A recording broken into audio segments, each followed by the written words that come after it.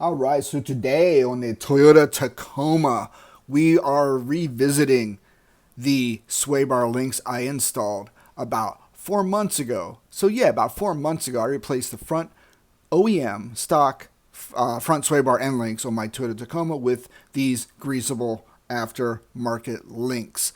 I did not go OEM on this part. Why? Because for some reason, the OEM sway bar links are incredibly expensive compared to quality aftermarket ones. We're talking like 120 bucks per sway bar link OEM versus maybe 20 bucks aftermarket.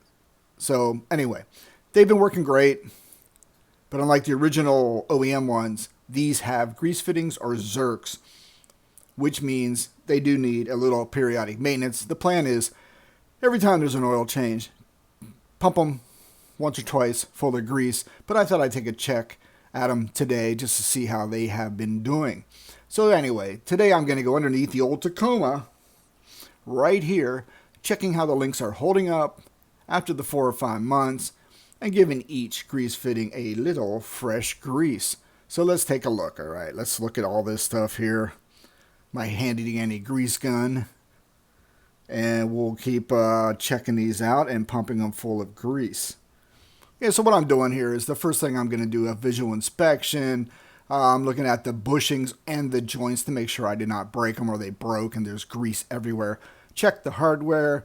Make sure the rubber caps are on these zerks. Making sure the zerks are not rusted out or broken.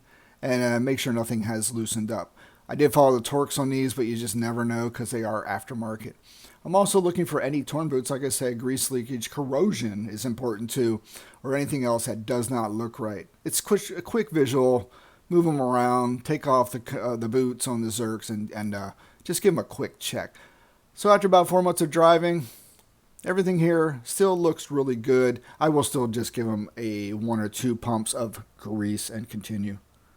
So I like how these sway bar link grease zerks are facing, so they're easily accessible. No need to remove the wheel to access them. Removing the rubber boots on them are pretty easy. They just pop right off. And if they do rip, they're cheap. Buy a box of them on Amazon and you'll be good to go. I wipe the fittings clean always after you before you pump in grease and afterwards, just so you're not forcing any dirt into the grease boot, the fitting, the zerk, and clogging it up. Yeah, you don't want to push dirt or grease into the joint along with the new grease.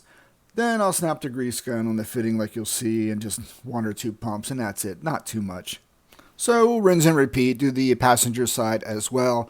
And that is my 4-month update on the greaseable sway bar links on my Toyota Tacoma. Everything still looks good, and today each grease fitting received 2 pumps of fresh grease. I'll continue checking these periodically and report back if anything changes. Anyway, thanks for watching, and we'll see you in the next one.